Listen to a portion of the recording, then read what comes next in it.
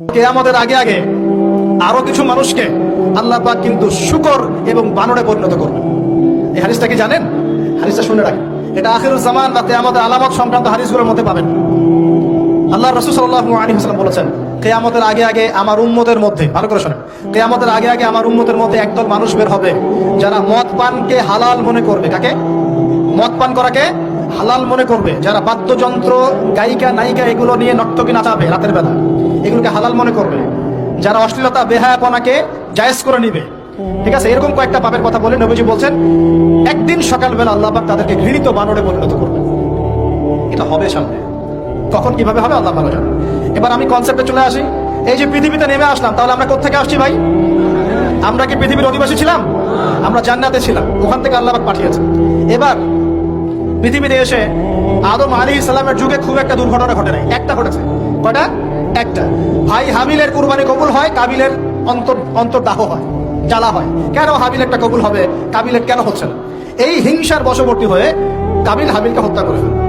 হত্যা করে লাশটা দাফন করার পদ্ধতিও তার জানা ছিল না। আল্লাহ কাককে পাঠালেন, কাককে দেখে সে শিখল। প্রথম দুর্ঘটনা হচ্ছে হাবিল কাবিলের দুর্ঘটনা। বলে রাখি, আজকেও নিজের ভাইয়ের বেশে বহু কাবিল মুসলিম সমাজের মধ্যে ঘুরে বেড়ায়। নিজের ভাইয়ের লেবাসে, পোশাকে, সুরতেই বহু কাবিল এখনো কিন্তু মুসলিম সমাজে ঘুরে বেড়ায়। তো আমরা কাবিলদেরকে কাবিলের পরিণতি সম্পর্কে সচেতন করতে চাই। হাবিল বলেছিল, তুমি যদি আমাকে মারতে আসো, আমি তোমাকে মারার জন্য হাত বাড়াবো না। হাবিল জান্নাতে যাবে আর কাবিল জাহান্নামে যাবে। কেন কাবিল জাহান্নামে যাবে? নবীজি বলেছেন, পৃথিবীর প্রথম হত্যাকাণ্ড সংগঠিত করেছে কাবিল।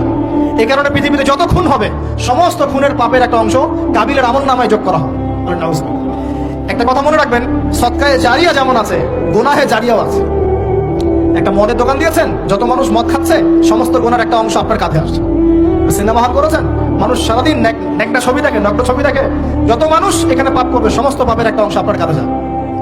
আবার একটা মাদ্রাসা করেছেন, যত মানুষ এখানে দ্বীনি ইলম শিখবে, এই নেকির একটা অংশ আপনি পাবেন ইনশাআল্লাহ। মরে গেলেও কবরে পাবেন ইনশাআল্লাহ। আল্লাহ পাক আমাদের সবাইকে সদকায়ে জারিয়া করার তৌফিক দেন, গুনাহে জারিয়া থেকে বাঁচিয়ে রাখুন। খুব খেয়াল রাখবেন, আল্লাহ পাক আমাদের হেফাজত করুন বলি আমি। এবার ওই যুগ শেষ, নূহ আলাইহিস সালামের যুগ। এই যুগে আল্লাহর একই সুন্নাত। নূহ আলাইহিস সালাম 950 বছর দাওয়াত দিলেন, 40টা বা 80টা পরিবার ইসলাম কবুল করেছে, বাকিটা করেনি। যারা করে নাই আল্লাহ পাক তাদেরকে ডুবিয়ে মারলেন, যারা করেছে আল্লাহ পাক উদ্ধার করলেন।